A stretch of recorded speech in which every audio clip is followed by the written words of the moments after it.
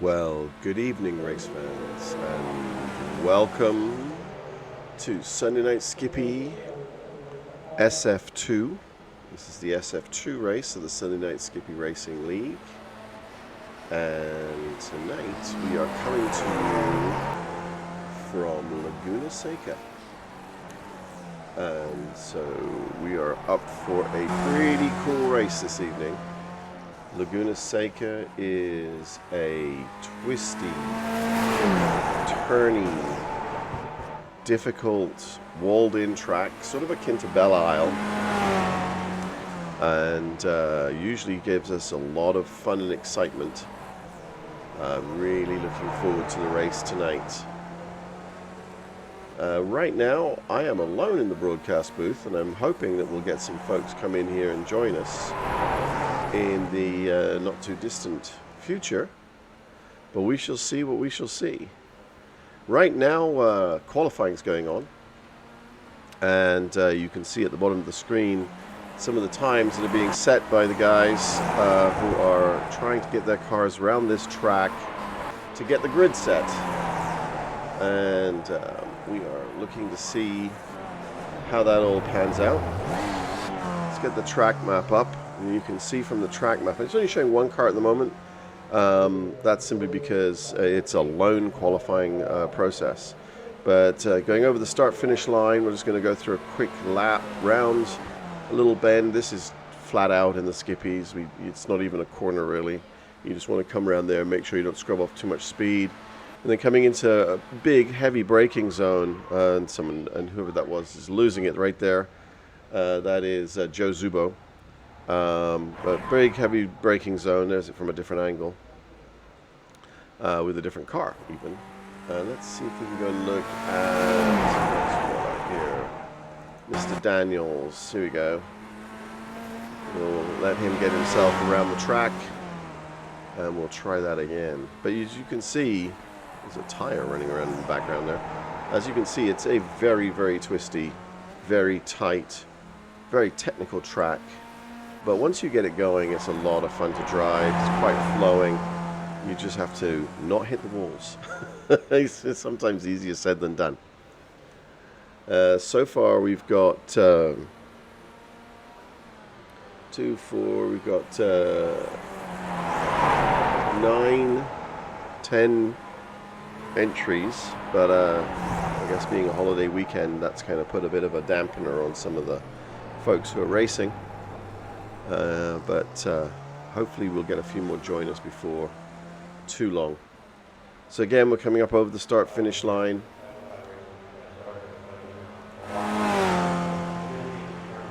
That corner, as I said, doesn't really count. You just flat through there. Coming into the heavy braking zone, that's turn 1. You'll see on the right-hand side there is your pit exit. And so you come down here, flat out, jump on the brakes. You'll see the car's nose dive a wee bit. Turn the car in, back on the gas. Brake down here, round the fountain. Back on the gas again. Miss that corner of that wall. Try and keep it a bit tight. Keep the gas on round here, going up the gears. Big right-hand turn. Very bumpy over those bumps. If you hit it wrong, it really unsettles the car. You can see him lifting there. Get the car back over to the right-hand side. Heavy braking at the 100 board. Turn it in. Try and just clip that inside apex there. Keep your speed through that corner. Let the car roll out to the left. Brake again. Tap on the brakes. Drop a gear. Back on the gas. Long back straight now. Coming down to one of the slowest corners on the track. So you roll through here, you drop it down again, drop some gears, turn it in, let it hit the inside of that apex, keep it a little tight, around these double left-hander, and then down into, ooh, he's losing it, very heavy braking zone right there. Nicely done, sir. Nicely done. Kept the car rolling. Ooh, almost hit the wall there. But yeah, braking right on that corner. And that's the end of a lap when you get over that line. And once more, he's dived for the pits. So as the time is ticking down, right now we've got, let's see, in first place, Rusty Pointenberg.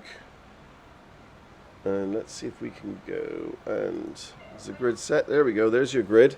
So we've got Rusty Pointenberg in first, Chris Daniels in second, Alan Paris in third, Dan Pogowski fourth, Joe Zubo fifth, Jake Ashe in sixth, Rich Butler in seventh, Keith Lee in eighth, and Oliver Hartley in ninth as the cars are gridding up. And we are getting ready to go racing. I'm really looking forward to this race. It should be a lot of fun to watch as the guys getting gridded. And we'll keep our eye out for the lights. And get rid of that. Don't need that info. Don't need that info. Don't need that info. Don't need that info. What we do want is we'll put up this and that and that. There we go. So we'll see the information there on the right, on the left, sorry. And also let's see if we can get up that. I don't know if that's going to work or not. But we'll try hard to get a track map up for you as well as we wait for our last three members to join the grid. Pogowski, Butler, and Hartley. And please ignore the Saturday morning Formula V logo.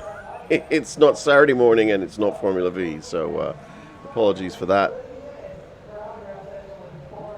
And here we go. Lights are up.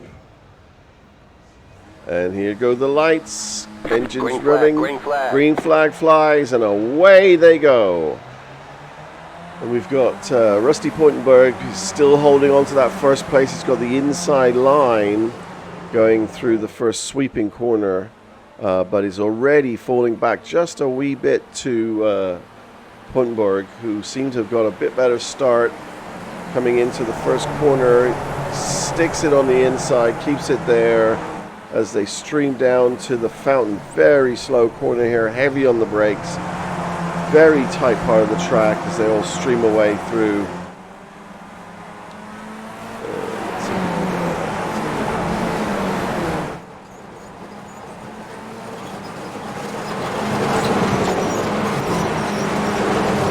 Very bumpy track this. As you can see, the cars banging and bumping. Of course, they're on cold tires at the moment as they sweep down. And already the front two are starting to pull away a little bit from the rest of the pack as they come down the back straight. Be a heavy braking zone here, a big right turn. Let the car drift across. Then you've got the double apex left-hander, 1 and 2. Hard on the brakes, really slow into this corner. First gear corner, around they go. And looks like we have everybody still together on the first lap.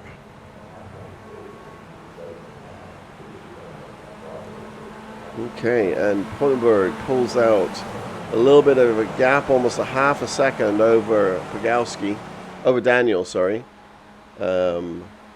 already. So Pointenberg first, Daniel second, Paris third, Pogowski fourth, Ashe fifth, Zubo sixth, Butler seventh, as some little bit of position changing going on a bit further back in the pack. Okay, just in time, 15 seconds. Here goes nothing. As you hear the voice of Chris there, who will hopefully be joining us in the booth very, very soon. But so far we're clean, clear, and crisp going around through here. Oh, hello everybody. We're joining the action live and joining Ian live.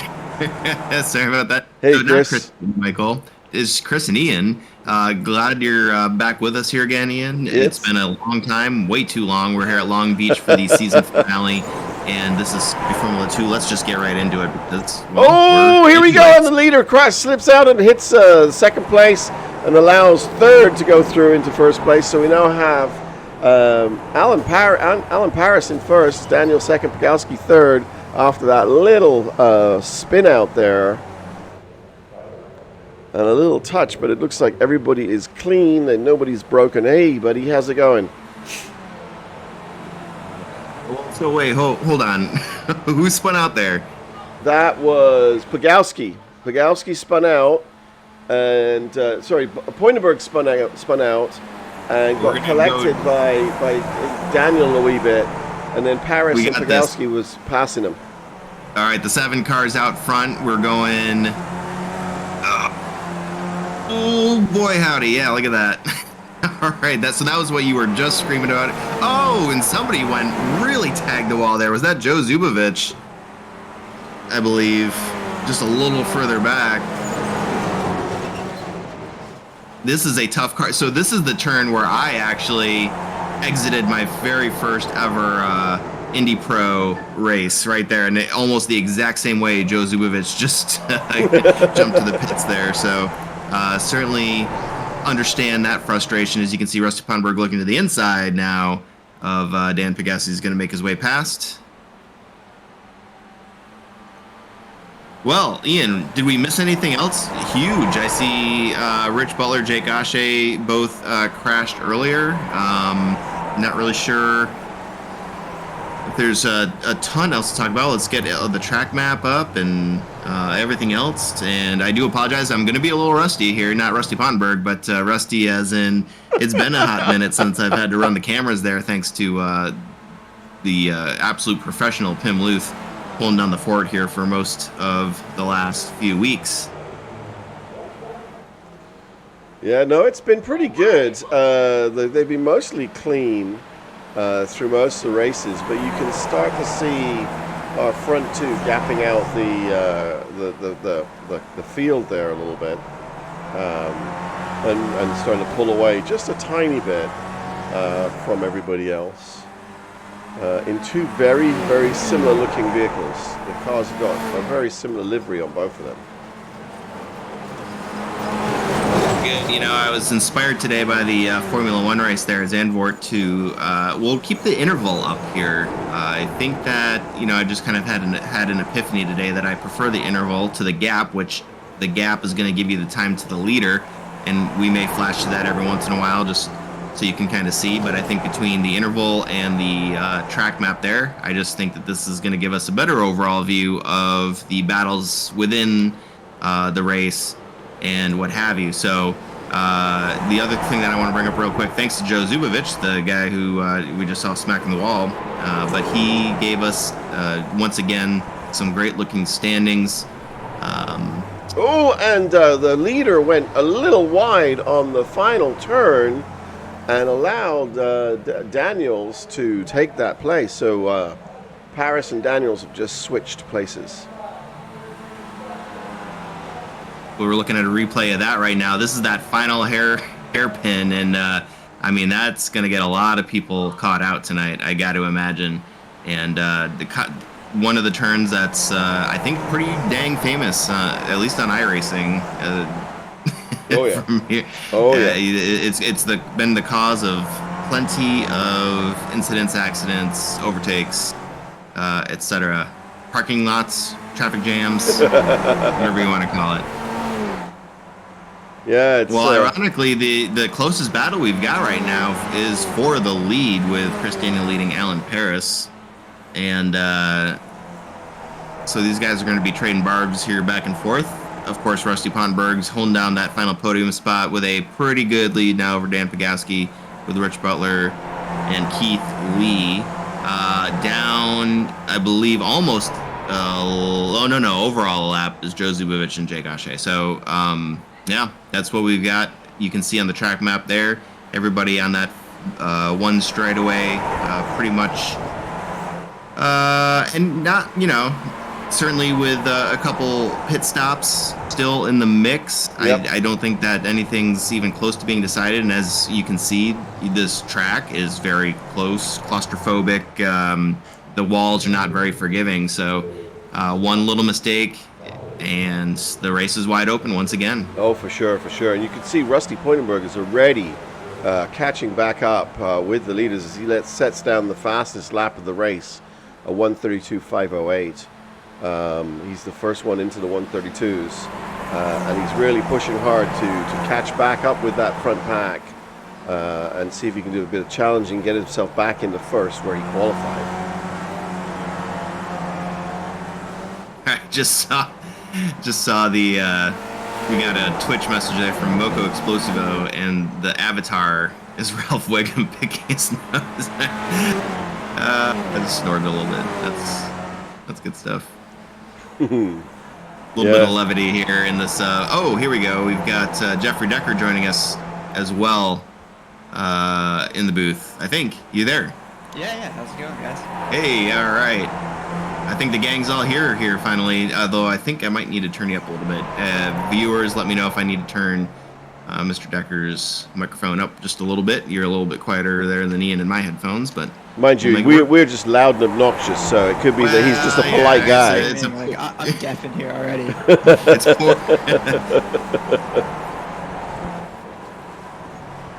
But no, it looks like a interesting race so far. The battle for the lead looks nice and tight, and it looks like maybe there was some contact early on. Zubo and Ashe down the order a little bit. Looks like a lap down. Yeah. No shortage of excitement so far. Well, excitement, I guess that's depending on who you ask. Certainly not those drivers. But we do, like you said, I mean, we've still got I would say a top 5 here, top 6 that, I mean, I wouldn't count any of these guys out here at the moment necessarily. You can see Keith Lee kind of holding serve there as the final driver that's kind of on the lead lap, but we'll see what his gap ends up being here. But they're still all relatively close, and like we said, with 2 pit stops, any number of things can happen. You know, this is a course that it seems to split drivers pretty well. I think there's some folks, probably a smaller population, that like it.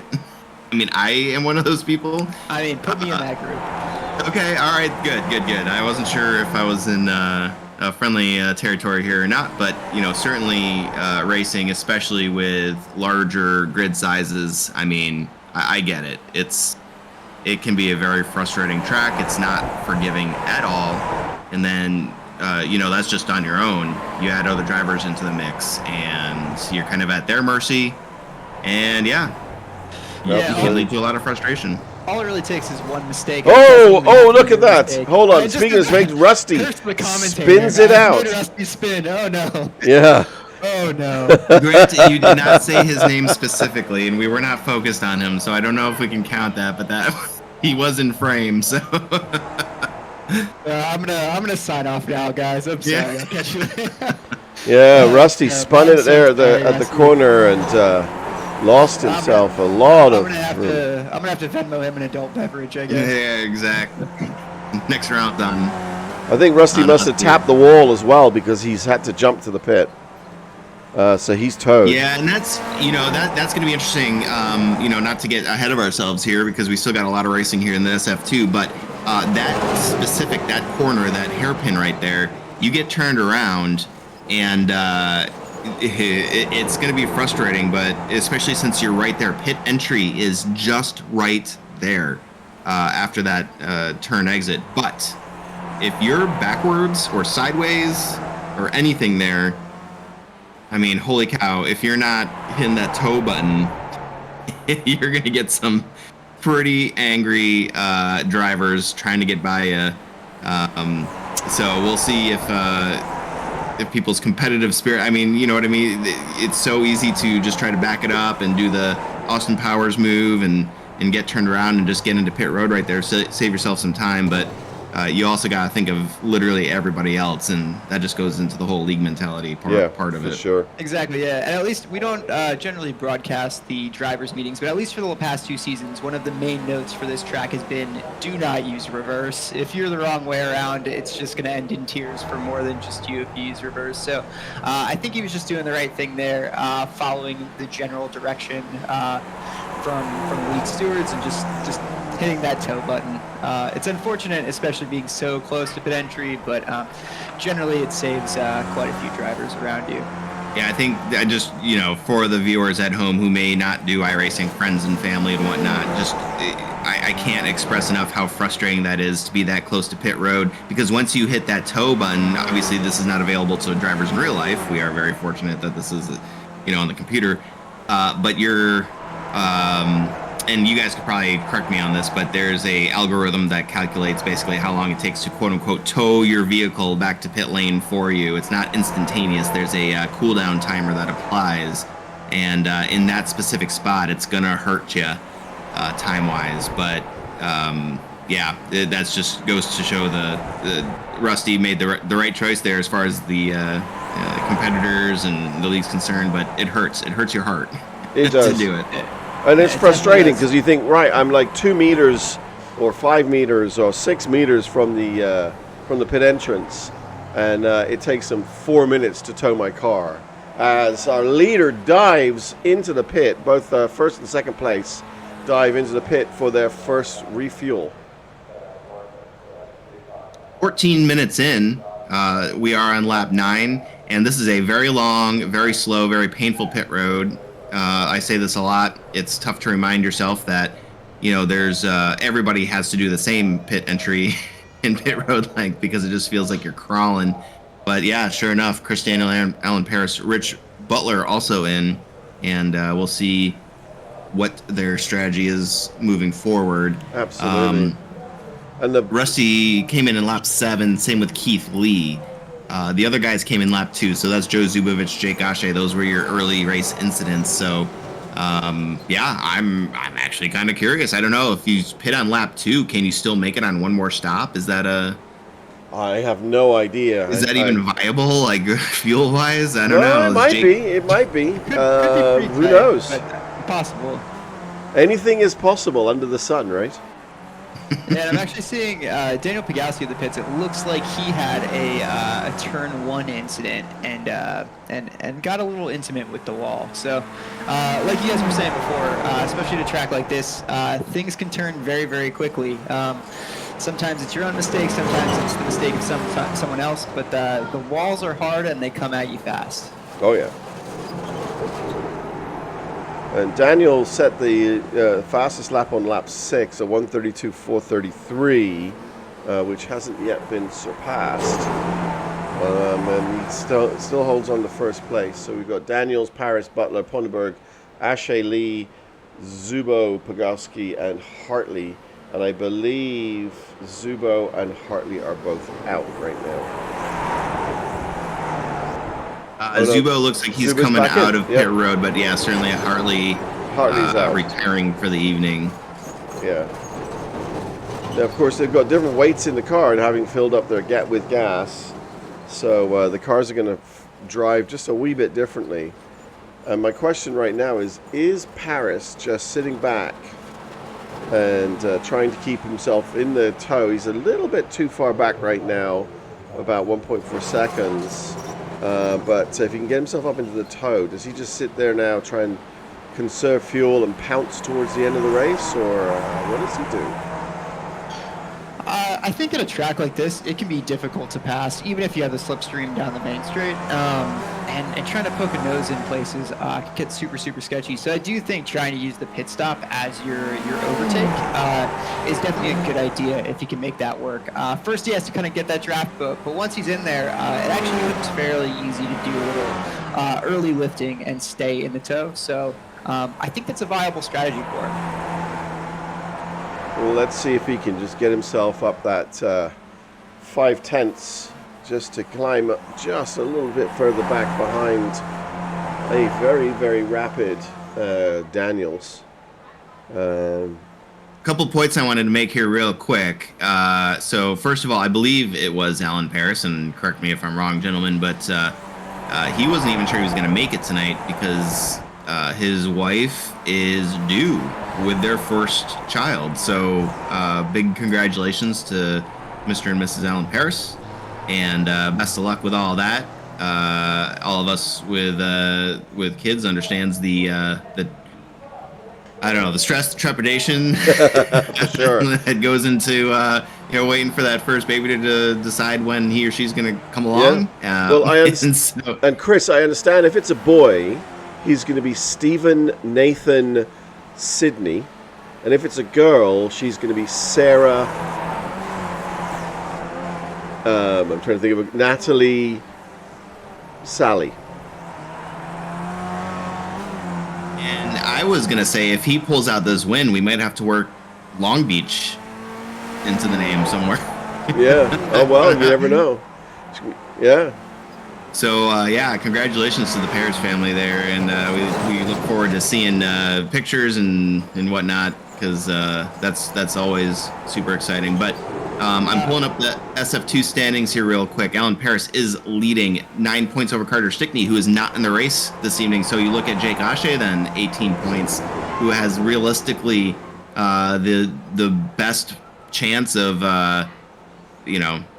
giving Alan a run for his money. So that early race incident for Jake is really kind of stinging more than it normally would, because 18 points is a lot. But when you look at the scoring structure, certainly not insurmountable, even with this few number of cars. I'd be betting that Jake is really hoping for that birth to happen right about now. He's hoping for some water to break and some hospital visits to occur, but I think everybody's excited for that. Absolutely. I'm sure Alan is a little conflicted, but of course, Well, Chris has just put down the fastest lap of 1:32.164, but Jake is up 2 places into 4th. So you never know. I mean, this race still has some legs on it, whereas we tick down to 20 minutes gone and 20 minutes gone and 15 minutes to go.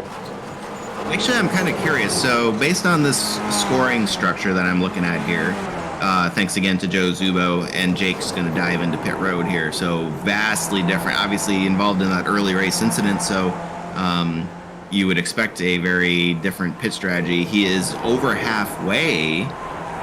Maybe looking for the undercut. I think you can get 15 minutes probably out of the fuel limit. So this seems he like is it's probably right doable.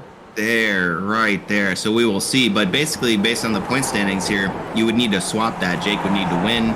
Alan would need 4th, and that would it looks like a tiebreaker. I don't know what the tiebreaker is for the overall standings. Number of wins, maybe? Maybe, yeah. You can do the Macarena the best, is what I'm going for.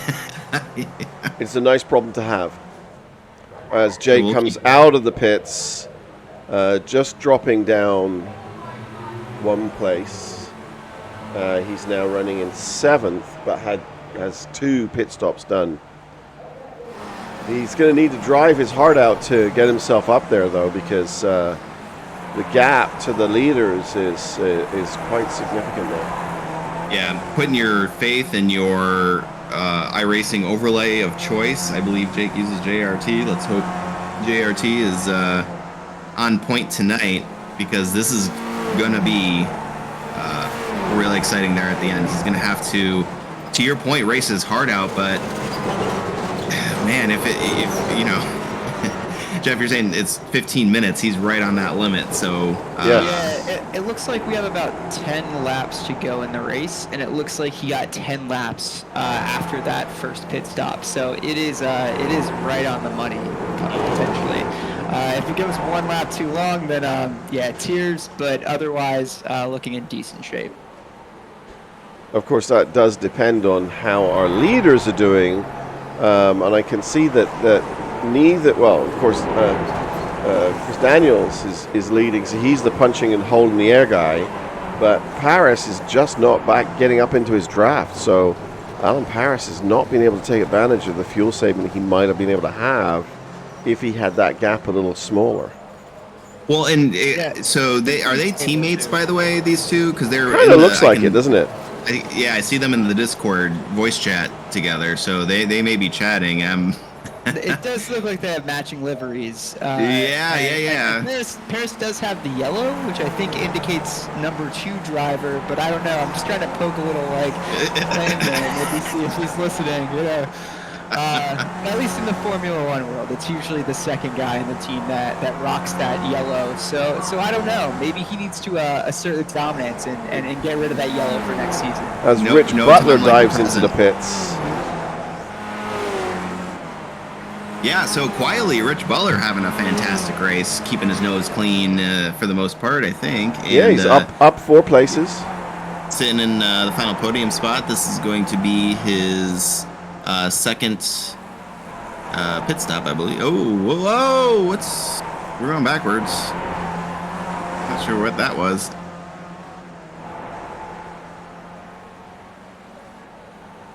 And yeah, he's at the pit exit now. Maybe an exciting, a little bit accidental reverse there. Heading into the pit box before he realized. Well, either way, that's his second pit stop, and he's going to still maintain third place here. Of course, Dan Pegowski's there, but I can't imagine he's going to fight him much because Dan still. I think he's still. Yeah, I think he. As both our leaders dive into the pits. All right, there you go.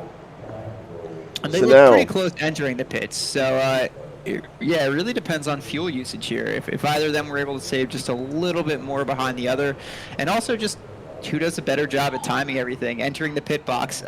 It's really hard to say to hit like optimal marks, but I know depending on where you land in your pit box, you could get a little bit of an advantage. Oh, look at this! As Daniels overtakes him in the pits!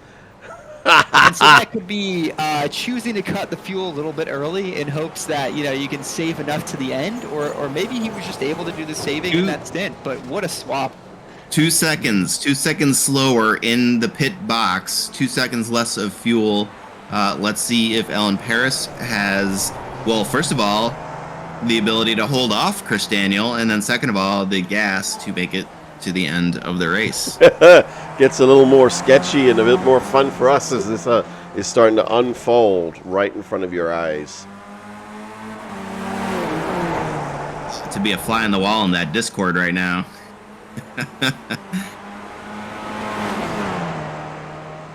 But of course, Daniel is now right up behind Paris, and this was how they were at the start.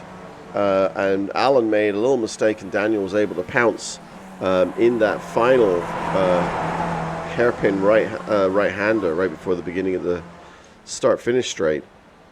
Yeah, for me, the 2 spots that you can make it happen are where they're at right now, coming down the back straight. If you want to be a little brave, go for an inside move there. I think it's very, very risky. It's so easy to lose the car there. Or to really try to set up the final hairpin to get a good run down into turn 1. But that can be tricky because you can either get too close and have to check up, or just back up a little bit. Oh, and he hits the wall! And they touch! In the wall, they touch! And I think it's going to be a drag race. I think that may give Daniel the chance to use the slipstream down straight, but either of them could have damage from that as well. I'm looking at their cars. They seem to be okay. I don't see any bent wings or anything. So everything looks all right.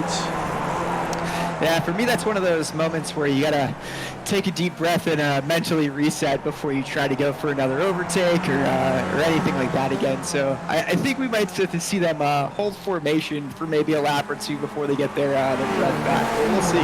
Well, they haven't got a lot of time. I mean, we're ticking down to 9 minutes left in the race.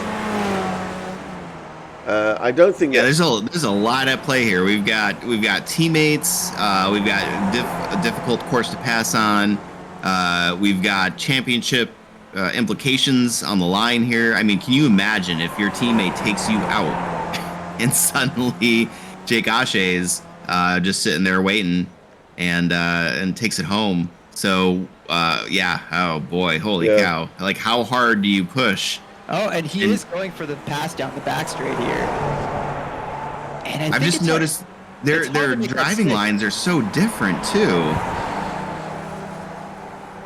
It's really, really hard to make that on the outside. We'll see. I think. Oh, he's way wide. And I think he just ran it too wide, too deep.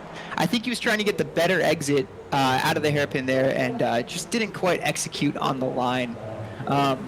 but a really nice attempt through there. If you can stay side by side, obviously you're setting up for that inside, making the inside pass down the back straight, and then we kind of just see how that works out if you can't quite make the outside line work. But again, he's got still a few minutes left. He can just tuck right in there. He needs to get himself into that slipstream and up on the back of that gearbox of Daniels.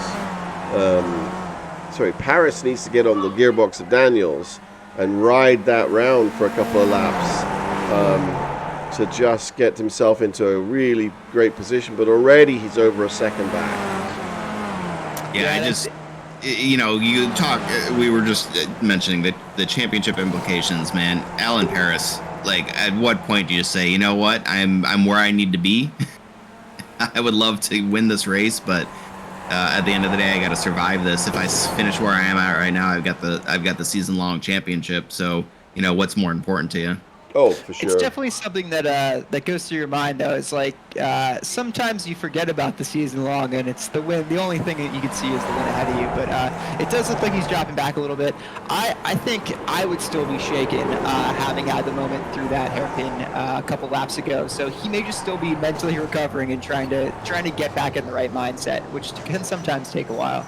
Well, I mean, we all race to win, right? I mean, winning the championship is really ultimately what you want, but you still want to win every race. Absolutely, and they obviously were giving each other a lot of room. That was what I think ultimately led to that. I mean, you had Chris Daniels so far on the inside, he ran into the wall, and Alan Paris so far on the outside, he ran into the wall. So, or at least close to it. They were just giving each other all the room. Oh, and he hits the wall. He tapped the wall. So are we going to see it? And look at this, going into the fountain, too wide, as the lead swaps once again. I stand corrected, man. I stand corrected. So far, they've both initiated boxing matches with the wall, and I think the wall has won both times. But luckily, they're both still in the race and providing us a great show. Well, and I apologize. I was focused on the Rich Butler, Dan Pagowski, because even though Dan's going to have to come in one more time, they were putting on a pretty good show for us. But we did cut there as they were going through the fountain. I think, though, just for the time being, no offense to any of the other drivers out here, but this has got to be the show to watch. It sure is. Thrills, spills, what is it? The thrill of victory and the agony of defeat? I think Chris has got just a touch more pace, but look at just the wildly different lines they're taking through all of these corners. It's amazing to me. Yeah, and at least through that double left-hander, I like Alan's line better. I like staying tight there personally. But then the exit of the hairpin, it just looks like Daniel has that one kind of down. So they're going kind of blow for blow. I think they eat. And we're going to be doing a bit of a draft pass here, one way or the other. Yeah, they're side by side now. I mean, it's a tough call. It's really, I think they want to give each other a lot of respect, so it's hard to say that they're just going to go clubs off racing, and that one line is definitely going to win out here, because I think they both want the win, but also I think equally don't want to touch each other. Yeah. As we switch again with Daniel taking the lead over Paris. Speaking of Dan Pagowski in pit road for his second stop. Now the question is Jake going to be able to get past him? Is he close enough to get past him before Dan pops back out? I think it'll be pretty tight between those guys, but it's hard to say with the lap time. And he's past him. He's past him. He is. Yep. Jake's up into fourth. Rusty's up into fifth. Pagowski is now at the pit exit, so that's swapped around. With 3 minutes remaining here, and we're running a minute 35 lap times, or thereabouts, minute 33. Yeah, that battle for fourth is actually so tight between Jake and Rusty as well. Those guys going into the fountain, nose to tail, essentially, and also taking interestingly different lines. So it really does make things interesting when these guys are kind of taking different approaches to the same lap, especially to place like Long Beach, where the walls are so close and any slip up can mean the end of it. To kind of have different strategies for going around the lap can throw off your opponent a little bit if you're chasing, and then kind of also give the guy something to think about if he sees you in your mirrors as opposed to right on your gearbox. Back down to the fountain, the leaders go. Nose to tail. It is awesome. Paris is absolutely over the gearbox of Daniels now as he watches the clock tick down to 2 minutes left. 3 minutes. 2 minutes Taking left that to go. herb. So it looks like we'll have one more lap after this one, but I do wonder if he's trying to save it just for the end. He does have a peek down the inside, and that's for those different lines. You just kind of throw the guy off ahead. If he sees you kind of having a peek, even if that's your normal line, all of a sudden you're thinking, oh, well, maybe he's going to go for it.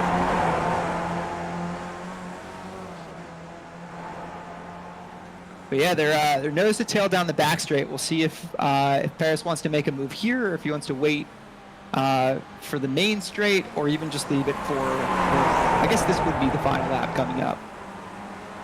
Yep, this will be the white flag, brought to you by nobody, but this will be the,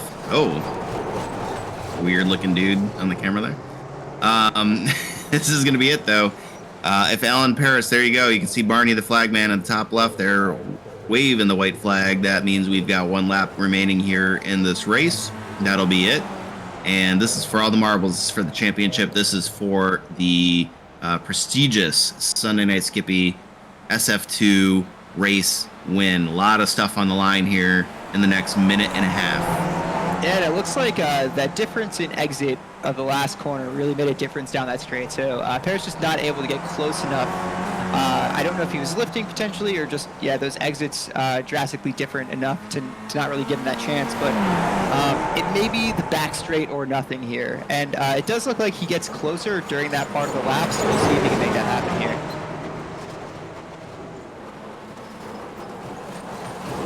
Be interesting to see how he does. Can he keep it up there? Because Chris is sliding a little bit more than he needs to, pushing really hard to try and keep that car in first place. And Alan is right on his gearbox now. Is he going to pop out and see if he can take him into the... And he does. Yep, there we go. Let's see. Oh, maybe a little bit too early on that corner to pop out there. I think he had to just pop out, see if he could kind of throw him off. He wasn't quite close enough to make a true overtaking attempt, but at least to scare him maybe a little bit into a mistake. Might have been the call there. And then the charge down to the finish line as he tries to break the toe.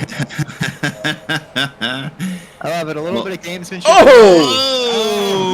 0.08 seconds.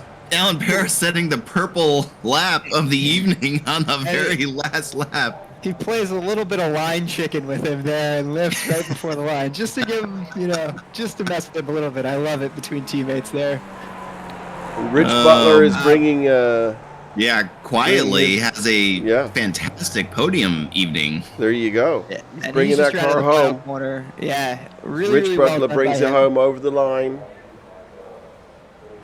And Jake Ashe coming through the last few corners, that double left apex into the really slow right-hander, locks it up on a little bit on there, and chucks it down the main straight to bring that car home in fourth place.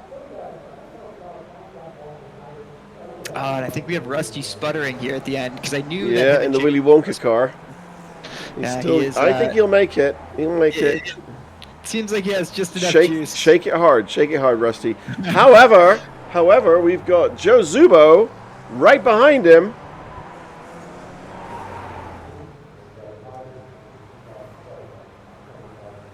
Is he going to pass him over the line? He might do. Oh, he gets past on the line. Oh, but Zubo's a lap down. Oh, no. Lap down still, though. Oh. That's funny. He ran out of gas right there. Oh, my goodness me. Well, that was a great race to watch. It really was. We ran out of gas. Yeah, absolutely. Nose to tail at the front of the pack the entire race always means that you had a good one. So, and it's fun to see those teammates kind of playing around with each other there at the end, but ultimately giving each other the respect when they decided to go side by side to make sure they could both live. Yeah, that's the biggest. That's the biggest thing right there. 0.085 is your margin of victory for Chris Daniel, Alan Paris. Rich Butler is going to round out your podium. Congratulations to Jake Ashe for a great season overall. And Rusty Pondberg, Joe Zubovich, Dan Pegowski, Keith Lee, Oliver Hartley out 22 laps down. So I believe unofficially, big, huge, gigantic congratulations to Alan Paris on his Sunday Night Skippy Season 7 SF2 Season Championship. So Yes, absolutely. A dad and a champion, and basically all at the same time. It's I mean, an emotional time for sure. it's all downhill from here. He's got a lot to pop champagne about here right now. So huge congratulations to Alan Paris, and we hope to talk to him later tonight after the race, the Skippy Formula One race. In the meantime, gentlemen, let's real quick, because we got to get sessions switched over and make sure that we're ready to go for the Skippy Formula One race. But any final thoughts from you, Ian? No, brilliant race. I really enjoyed it. I'm hoping to be actually driving soon, so maybe I'll be back on the track rather than just in the broadcast booth. But yeah, that was a lot of fun. Congratulations to everybody that raced, and huge shout out to the guys who've put themselves into the winning position on that of the season. Way to go. And Jeff? Just echoing the same. Really well done. Great racing, and I'm glad I got to catch this one. Yeah, it was a lot of fun. We are going to put up the timer here shortly to let you know when the next race is going to be coming up. So go grab yourselves a beverage of choice and settle in for what should be an absolutely fantastic Skippy Formula One race, if this race was any indication. So once again, congratulations to Chris Daniel on the race win. Congratulations to Alan Paris on the unofficial season championship. And we hope to talk to you guys very soon. So I guess we'll be back in, I don't know, about 15-ish minutes. We'll throw up the timer. That'd be and awesome. See you then. Bye-bye, guys.